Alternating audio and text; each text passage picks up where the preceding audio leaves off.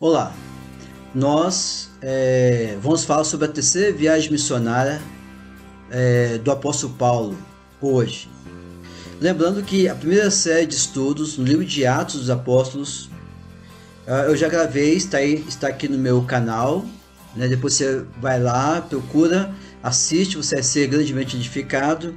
A primeira série de Atos dos Apóstolos foi escrito por Lucas, o livro foi escrito por Lucas no ano 79 depois de Cristo.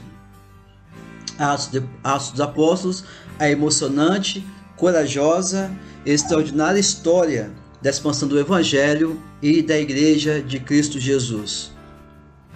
A primeira série de história de estudos de Atos dos Apóstolos vai do capítulo 1 ao capítulo 12, que fala de forma específica sobre os acontecimentos ali, Pentecostes, tudo que aconteceu com a espera que Jesus falou para os discípulos esperarem a descida do Espírito Santo e os arredores, né? Os primeiros acontecimentos. A segunda série de estudos no livro de Atos vai de capítulo 13 ao capítulo 28. Lucas, o escritor, ele vai dar mais ênfase às viagens missionárias do apóstolo Paulo, que são viagens realizadas aqui da Palestina, Ásia Menor e Europa. Muito bem, Paulo é considerado o maior missionário do cristianismo. Realizou muito em pouco tempo, levando em consideração, né, que na época não tinha avião, não tinha carro, não tinha moto, e era cavalo, né, e navio, mesmo assim com uma navegação lenta. Paulo falava as principais línguas da época, tinha livre acesso à sociedade gentílica de qualquer nação e realizou 4 viagens missionárias. Considera a 4ª viagem quando enviado preso a Roma, como também uma viagem missionária. A maioria dos comentários eles não consideram a 4ª viagem uma viagem missionária, eles escrevem como viagem da prisão. Mas por que eu considero como viagem missionária? Porque ele nunca perdeu uma oportunidade de pregar o Evangelho, de testemunhar do Senhor Jesus. Uma outra coisa interessante é que foi nessa viagem que ele escreveu uma boa parte de suas cartas. E outra coisa também interessante que foi nessa viagem que o navio naufragou e ali ele testemunhou do Senhor, Deus foi glorificado, pessoas foram salvas. Então não tem como ser só uma viagem da prisão. A 4ª viagem foi com certeza uma viagem mais que missionária. Paulo realizou essas viagens com certeza sob a orientação e o poder do Espírito Santo. E a ideia se originou exatamente como se devia, numa reunião de oração. E aí eu quero ler o texto para você, antes de ilustrar aqui para você as viagens de Paulo. Quero ler aqui para você Atos 13, quando começou aqui a primeira viagem missionária, a ideia da viagem missionária foi aqui Atos 13, quando diz assim: na igreja que estava em Antioquia havia alguns profetas e doutores, a saber, Barnabé e Simeão, chamado Níger, e Lúcio Cireneu e Manaém, que fora criado com Herodes, o tetrarca, e Saulo. E servindo eles ao Senhor e jejuando, disse o Espírito Santo: apartai-me a Barnabé e a Saulo para a obra a que eu os tenho chamado. Então, jejuando e orando e pondo sobre eles as mãos, os despediram. Em todas as gravações das viagens missionárias, também da história do capítulo 1 ao capítulo 12 de Atos, uma coisa que eu falo muito, o destaque que eu dou é o contexto, é o ambiente em que a obra está sendo realizada, é o ambiente em que o Espírito Santo de Deus vem atuar, é o ambiente em que a igreja está orando e jejuando. A igreja está orando e jejuando. A igreja moderna precisa aprender isso, que o ambiente em que se está sensível à voz do Espírito Santo de Deus, o ambiente em que o Espírito Santo de Deus vai se movendo e vai operando maravilhas, que vai levantando novos missionários, novos líderes para fazer a obra, para expandir o reino de Deus, expandir o Evangelho, expandir a igreja, é o ambiente de oração e jejum. Então é importante que você que é pastor, você que é irmão em Cristo, você que é igreja, né? Entenda isso. O ambiente da ação de Deus é um ambiente de oração e jejum. E aqui a gente vai ver o Espírito Santo de Deus com mais uma estratégia para a expansão do Evangelho e da Igreja de Cristo Jesus. Lembra que a primeira grande estratégia do Espírito Santo de Deus no Novo Testamento foi a festa de Pentecostes, quando estava reunido ali pessoas de mais de 12 nações, e ali pessoas ouviram o Evangelho, depois quando voltaram para suas casas, foram levando consigo o Evangelho de Jesus Cristo. E agora, a segunda grande estratégia do Espírito Santo de Deus são as viagens missionárias, quando ele levanta Paulo e Barnabé para a primeira viagem missionária, e isso acontece na igreja de Antioquia, o berço missionário, o berço de missões, e penso eu que é o quartel-general do apóstolo Paulo. Foi lá em Antioquia que pela primeira vez os crentes foram chamados de cristãos, porque eles seguiam as leis de Cristo, eles viviam como Cristo vivia, então eles foram reconhecidos que eles seguiam a Cristo. Muito bem. Mas a terceira viagem missionária, Paulo está descrito em Atos capítulo 18, versículo 23, até o capítulo 21, versículo 20. Foi realizado em 54 a 57 depois de Cristo, e foi nessa terceira viagem missionária que o apóstolo Paulo escreveu as cartas 1 e 2 Coríntios e também aos Romanos. Muito bem, então a descrição aqui da terceira viagem missionária começa aqui no capítulo 18, ok? Versículo 23. Vamos olhar aqui na ilustração. Ele vai sair aqui de Antioquia. Antioquia é o berço de missões.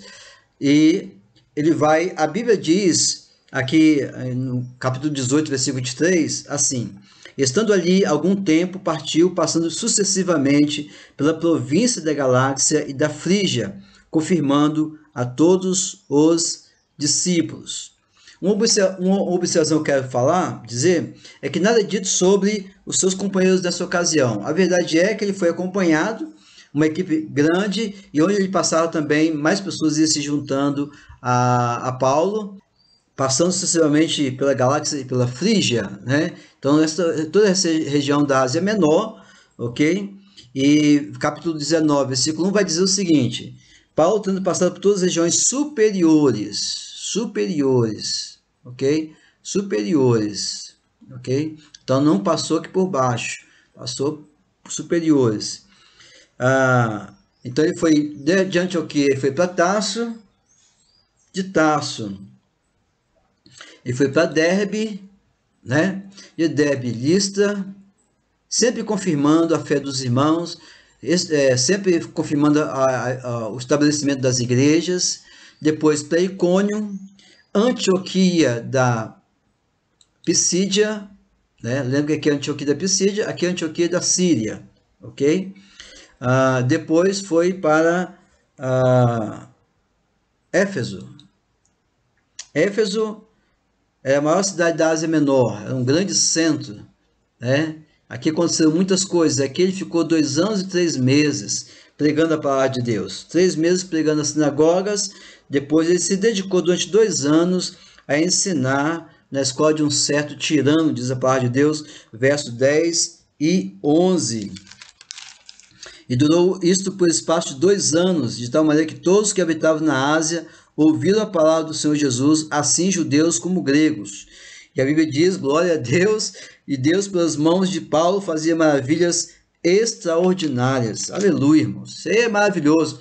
A gente vê essa história da expansão do evangelho da igreja, o esforço de Paulo, né? E mesmo passando tantas dificuldades, permitir ser usado por Deus. As dificuldades não é a ausência de Deus, nem a ausência de poder de Deus. As dificuldades fazem parte da jornada cristã, na expansão do evangelho e do reino, do evangelho e da igreja de Cristo.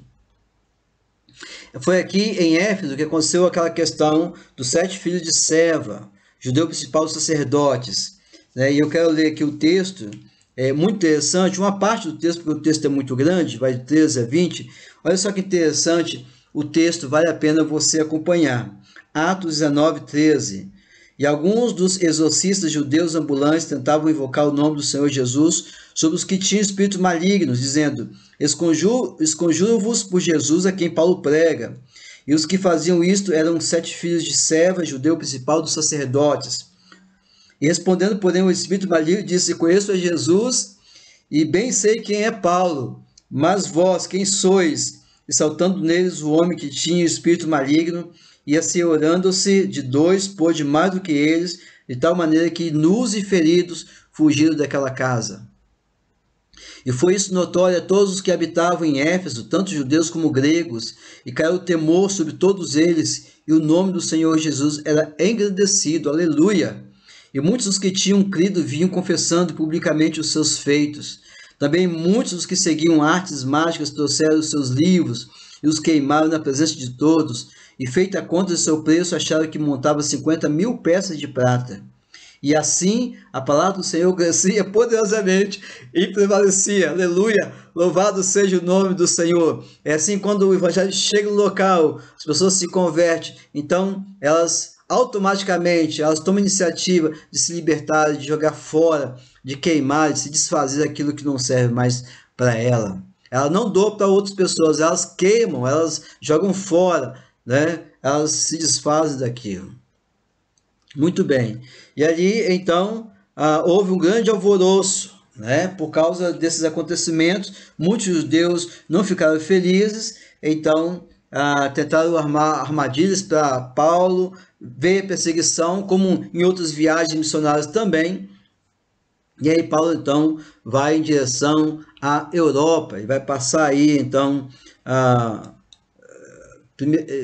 vai passar pela Macedônia, que é a Europa, vai passar aí por Esmirna, Pérgamo, vai a Troade, não sei se você lembra aqui que Pérgamo, Esmirna, Sardes, são tudo igrejas, aquelas 7 igrejas do Apocalipse, que receberam as cartas de Jesus, né?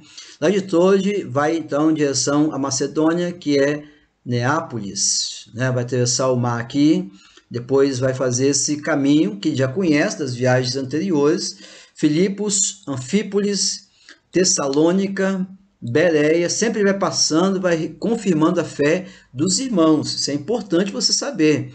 Ele estava passando a Troade, estava confirmando. E de Bereia ele vai a Atenas, né? Capital da Grécia. No capítulo 20, versículo 3, nós vamos ver algo interessante que vai dizer o seguinte: e passando ali 3 meses, sendo-lhes pelos judeus postas ciladas, como tivesse de navegar para a Síria, determinou voltar pela Macedônia. Então ele está aqui em Atenas, há também perseguição, estão querendo matar ele, e aí ele faz com que vai viajar para cá, em direção, né, à Síria. E ele então vai para Corinto, Corinto volta para Atenas, de Corinto vai a Atenas e Atenas a Bereia. Então ele vai voltar pelo mesmo caminho, fugindo da armadilha dos judeus, ok? Isso é importante. E aí vai voltar aqui, Bereia, Tessalônica, Anfípolis, Filipos, de Filipos, então ele vai direto para Troade. Anfípolis, Filipos e Troade, né? E verso 4 ao verso 6 do capítulo 20 diz assim, olha: e acompanhou até a Ásia Sópater de Bereia, e dos de Tessalônica Aristarco e Segundo, e Gaio e Derbe e Timóteo, e dos da Ásia Tíquico e Trófimo. Estes ainda adiante nos esperaram em Troade, e depois dos dias dos pães asmos navegamos a Filipos, e em 5 dias fomos ter com eles a Troade, onde estivemos 7 dias. De alguma forma, o grupo se espalhou, reconheceu o estabelecimento das igrejas, fortalecimento da fé aos cristãos, e Paulo vai fazer seu traçado. E eles vão se encontrar agora aqui em Troade, né? Toda a equipe vai se encontrar aqui em Troade. E aqui em Troade, Paulo vai fazer a sua mais longa pregação, né? Estão ali numa casa, né? Estão ali reunidos para adorar o Senhor. E aí, versículo aqui 9 e 10, diz assim: estando um certo mancebo por nome Eutico, sentado numa janela, caiu do 3º andar tomado de um sono profundo que lhe sobreveio sobre o extenso discurso de Paulo, e foi levantado morto. Paulo, porém, descendo, inclinou-se sobre ele, abraçando-o, disse: Não vos perturbeis, que a sua alma nele está. Muito bem. Então, Paulo vai lá para meia-noite, Paulo vai ressuscitar o jovem e vai continuar pregando, né? Até pela manhã, diz a palavra de Deus. De Troade, então, ele vai voltar agora para outro caminho, a Assos, Mitilene, né? De Mitilene, ali ele vai se encontrar com outros discípulos, né? Depois para Quios, Samos, Trogílio, de Trogílio ele vai para Mileto. Como ele está com pressa, ele quer chegar em Jerusalém a tempo para a festa de Pentecoste, ele vai de Mileto pedir o pessoal para chamar os líderes de Éfeso, para que ele possa fazer o seu discurso de despedida. Ali está na beira da praia local, e ele vai fazer um discurso muito emocionante, né? Está lá em Atos 20, 17 e 38, não vou ler tudo, mas vou ler uma parte aqui que é muito interessante, muito emocionante, quando Paulo vai fazer o seu discurso aos anciãos da igreja de Éfeso. Diz assim: Vós bem sabeis desde o primeiro dia em que entrei na Ásia, como em todo esse tempo me portei no meio de vós, servindo ao Senhor com toda a humildade, com muitas lágrimas e tentações que pelas ciladas dos judeus me sobrevieram. Como nada que útil seja, deixei de vos anunciar e ensinar publicamente e pelas casas, testificando tanto aos judeus como aos gregos a conversão a Deus e a fé em nosso Senhor Jesus Cristo. E agora eis que, ligado eu pelo Espírito, vou para Jerusalém, não sabendo o que lá me há de acontecer, senão que o Espírito Santo de cidade em cidade me revela, dizendo que me esperam prisões e tribulações. Mas em nada tenho minha vida por preciosa, contanto que cumpra com alegria a minha carreira e o ministério que recebi do Senhor Jesus, para dar testemunho do Evangelho da graça de Deus. No verso 28, ele vai dar uma palavra muito especial aos pastores. Olhai, pois, por vós e por todo o rebanho sobre o que o Espírito Santo vos constituiu bispos, para apacentares a igreja de Deus, que ele resgatou com seu próprio sangue. Que discurso emocionante. Estão ali na beira da praia, estão ali de forma muito simples. Paulo está compartilhando o que está no coração dele. Paulo vai dar algumas orientações, vai dar alguns avisos, né? E eu quero encerrar aqui esse texto aqui,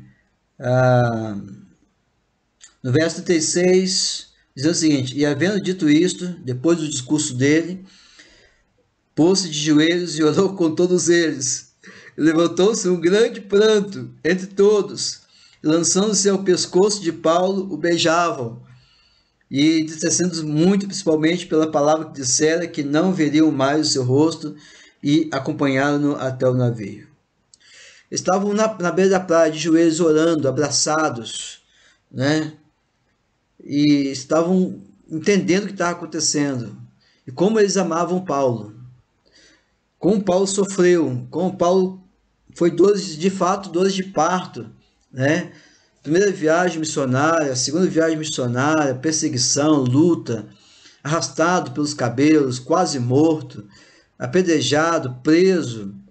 Foi muito difícil. A terceira viagem missionária, e agora ele está se despedindo dos irmãos de Éfeso. Éfeso, vocês sabem que ali o grande centro, né, na verdade da Ásia Menor, maior cidade, e ele está indo agora embora para Jerusalém. Muito bem. As últimas palavras de Paulo também estão em 2 Timóteo 4, 6 a 8. Bom, de Mileto, então, ele vai para Cós. De Cós para Rhodes, Rhodes para Pátara, né? Aqui, perto de Pátara, tem uma cidadezinha portuária chamada Fenícia, né? E então, de Fenícia, lá de Pátara, Fenícia, eles vão navegar para Tiro, né? Na Cirícia. de Tiro a Ptolemaida, e Ptolemaida a Cesareia, né? E Cesareia a Jerusalém. Ok? Então tá aí a terceira e grande viagem do apóstolo Paulo, pagando o preço pela expansão do evangelho da igreja de Jesus.